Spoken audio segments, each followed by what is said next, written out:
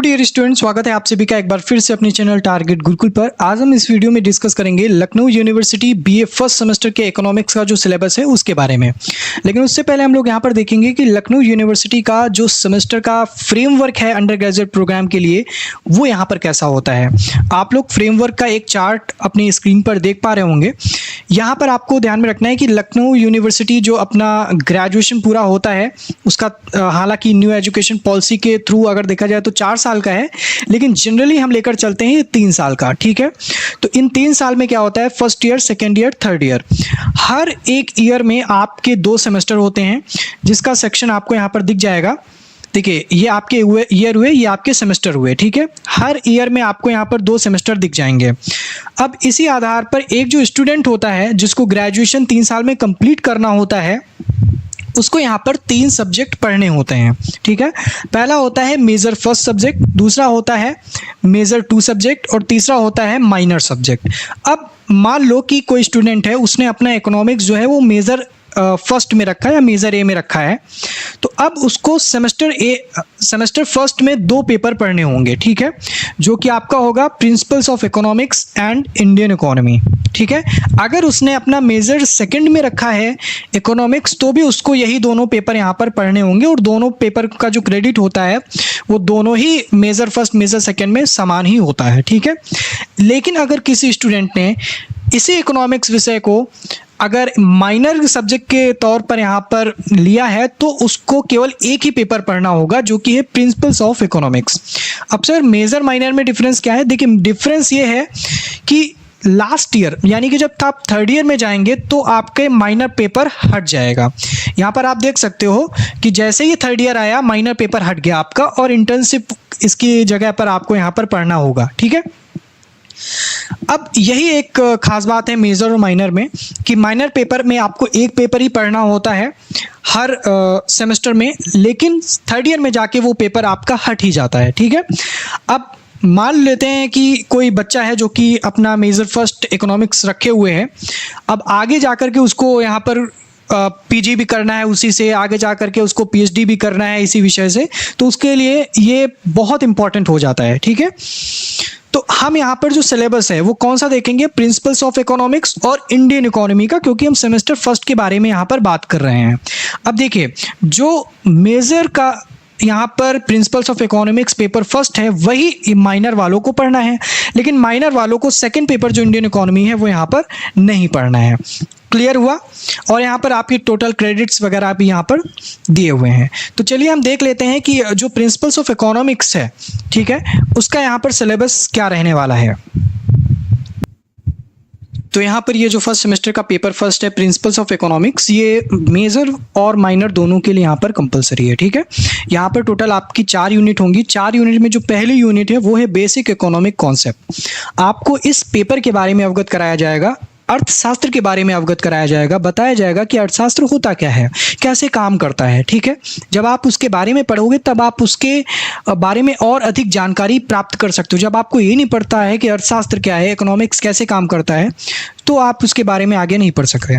तो इसमें आपको डिफिनीशंस, इसकी मीनिंग जो इकोनॉमिक्स की बताई जाएगी, problem of scarcity and choice, दुर्लभता के चयन की समस्या यहाँ पर एक बहुत अच्छा पार्ट है अर्थशास्त्र का। जो आप पढ़ोगे आपको समझ में आएगा कि हमारे लाइफ में जो दुर्लभ वस्तुओं का चयन होता है उसकी समस्या आती है। ठीक है, क्योंकि अर्थशास्त्र जो है, मैं आपको एक चीज़, अर्थशास्त्र समस्याओं का निराकरण ही है। ठीक है, समस्याओं के निराकरण के लिए अर्थशास्त्र का यहाँ पर जन्म है। जितनी भी समस्याएं हैं उसका निराकरण अर्थशास्त्र ही है। ठीक है, और अर्थशास्त्र ही समस्या है जिसमें हमारी एक दुर्लभता के चयन यानी problem of scarcity and choice आता है। इसके बाद अपॉर्चुनिटी कॉस्ट आती है। कॉस्ट है एक प्रकार की, जब आप किसी भी एक चीज़ से दूसरी बेहतरीन चीज़ पे स्विच करते हो तो वो उसकी अवसर लागत हो जाती है। बहुत ही साधारण शब्दों में कि हम 10,000 वाली एक कंपनी में काम करते थे, अब हमें 15,000 का यहाँ पर महीने का मिल रहा है, तो हम 15,000 वाली कंपनी में जाएंगे तो हमारी अवसर लागत जो होगी वो हो जाएगी पिछले वाली कंपनी। ठीक है, तो इसे कहते हैं अवसर लागत। फिर है प्रोडक्शन पॉसिबिलिटी फ्रंटियर, उत्पादन की जो संभावनाएं हैं, कितने प्रकार जो उत्पादन की कितनी संभावनाएं यहाँ पर हो सकती हैं उनको यहाँ पर एक कर्व के माध्यम से आपको बताया जाएगा। मैथड्स ऑफ इकोनॉमिक स्टडी, अर्थशास्त्र के यहाँ पर अध्ययन के जो तरीके हैं वो क्या होते हैं, ठीक है, क्या मेथड्स हैं, ये हर एक विषय में होता है, चाहे पॉलिटिकल साइंस ले लो, चाहे आप इकोनॉमिक्स ले लो, चाहे आप साइकोलॉजी ले लो, कोई भी विषय ले लो, ठीक है। यहाँ पे स्टैटिक एंड डायनेमिक इकोनॉमिक्स, फिर इक्विलिब्रियम एंड इट्स टाइप। अर्थशास्त्र मैंने बताया कि समस्याओं का भंडार है, ठीक है, और निराकरण भी यहीं से है। तो क्या होता है कि जो समस्याएं हैं, ठीक है, अब हम क्या कहते नहीं, बहुत ही एक एग्जाम्पल ले ले छोटा सा, कहते हैं भाई ये ना अब इसका फाइनेंशियल कंडीशन सही नहीं है, इसका मतलब कि हमारा जो आर्थिक जीवन है वो असंतुलित है, तो वहाँ पर इक्विलिब्रियम कब होगा, ठीक है। तो इकोनॉमिक्स में इक्विलिब्रियम का बहुत महत्व है, साम्य अवस्था, ठीक है, ना है तो संतुलन बिगड़ा है और ना ही यहाँ पर बहुत ही संतुलित, मतलब सामान्य अवस्था है, ठीक है। तो कॉन्सेप्ट ऑफ फंक्शन, अब यहाँ पर एक फंक्शन का कॉन्सेप्ट क्या होता है, फंक्शन का कॉन्सेप्ट होता है कि देखो अर्थशास्त्र में जब आप चीज़ों के बारे में पढ़ोगे ना, चाहे वो डिमांड हो, चाहे सप्लाई हो, चाहे मार्केट हो, ठीक है, कोई भी आप कंपोनेंट ले लो यहाँ पर इकोनॉमिक्स का, वहाँ पर संबंध यानी जो फंक्शन है वो आपको प्रदर्शित किया जाएगा। यानी कि डिमांड में डिमांड फंक्शन आप पढ़ोगे तो आपको दिखाया जाएगा कि वस्तु की कीमत और वस्तुओं की मांग के बीच में क्या संबंध है। तो ये जो संबंध होता है यही फंक्शन होता है, ठीक है, ये फंक्शन है, यानी संबंध, दो चीजों के बीच के संबंध को प्रदर्शित करना यहाँ पर फंक्शन होगा, कॉन्सेप्ट है। और संबंधों पर ही अर्थशास्त्र यहाँ पर आधारित भी है। जब दो चीजों के बीच संबंध होता है तो उनकी तुलना करना आसान हो जाता है, ठीक है, उनके बीच कंपैरिजन आसान हो जाता है, और कंपैरिजन के बेसिस पर ही हम यहाँ पर अपना जो एक रिजोल्यूशन है वो देते हैं कि, या फिर उस प्रॉब्लम से रिलेटेड जो भी रीजंस होते हैं उनको हम यहाँ पर ड्रॉ कर पाते हैं, ठीक है।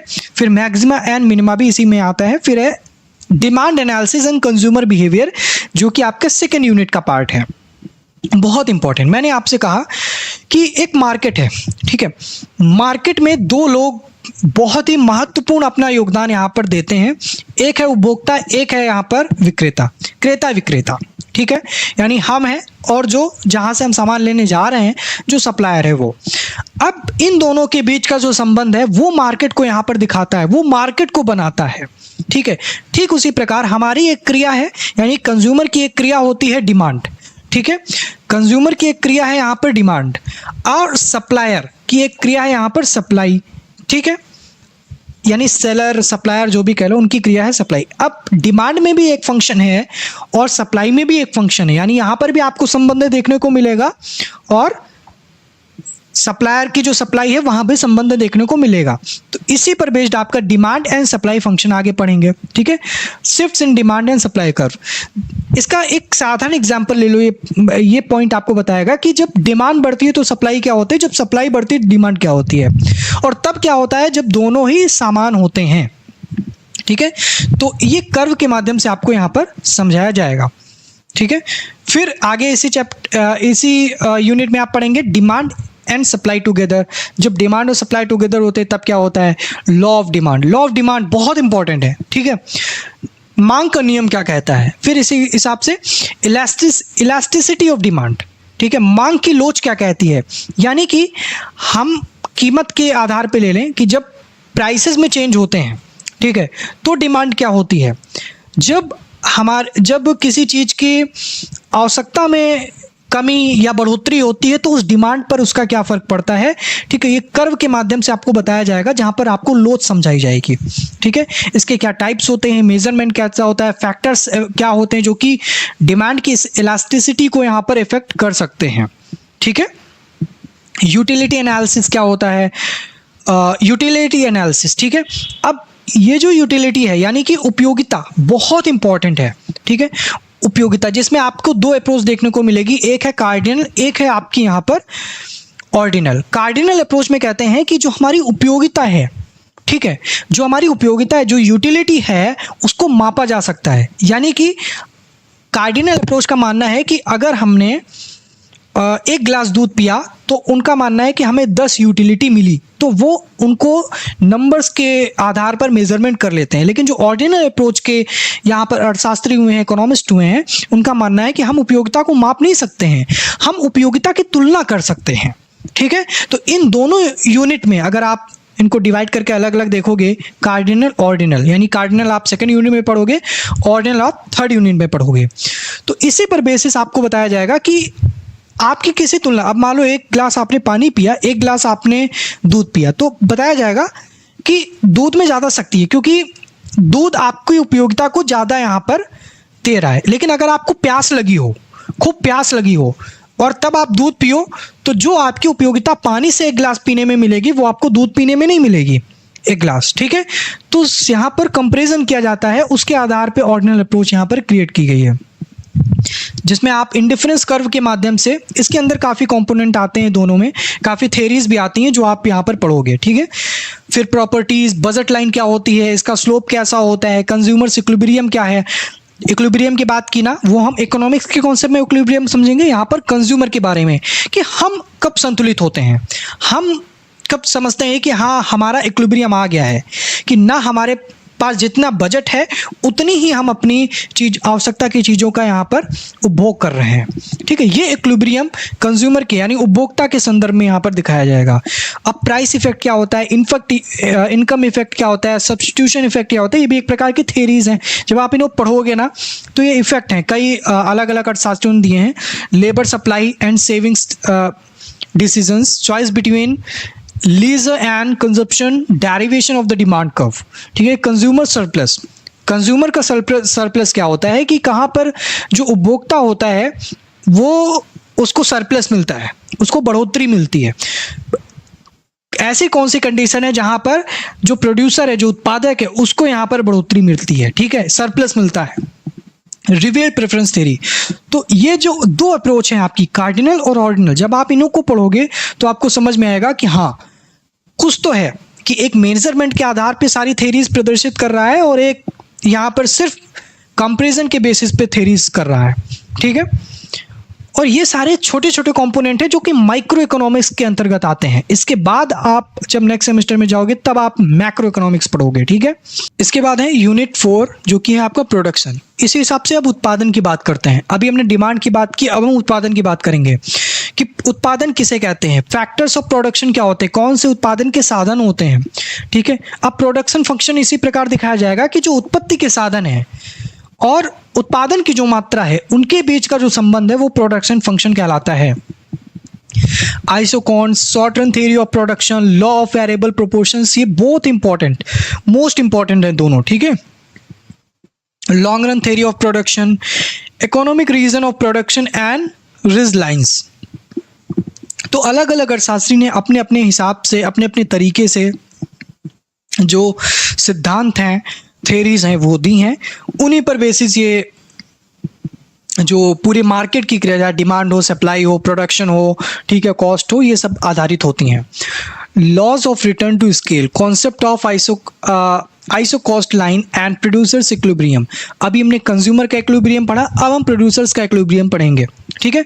फिर है एक्सपेंशन पाथ, इसके बारे में हम लोग यहाँ पर पढ़ेंगे। तो ये है आपका माइक्रो इकोनॉमिक का जो पूरा सिलेबस है, ठीक है। Paper first principles of economics, ये एक माइक्रो इकोनॉमिक्स का पार्ट है। इसके बाद जो सेकंड पेपर है आपका इंडियन इकोनॉमी, वो आपको भारतीय अर्थव्यवस्था से यहाँ पर अवगत कराएगा, ठीक है। तो आज के लिए फिलहाल इस वीडियो में इतना ही, ठीक है। अगर आपने टारगेट गुरुकुल का जो मोबाइल ऐप है डाउनलोड नहीं किया है, डाउनलोड कर लीजिए। वहाँ पर जो क्लासेस हैं वो आपकी हैं, वो आप जाकर देख सकते हैं और अपने सेमेस्टर एग्जाम की प्रिपरेशन जो है वो और अच्छे तरीके से यहाँ पर कर सकते हैं, ठीक है। तो थैंक यू सो मच, मिलते हैं नेक्स्ट वीडियो में।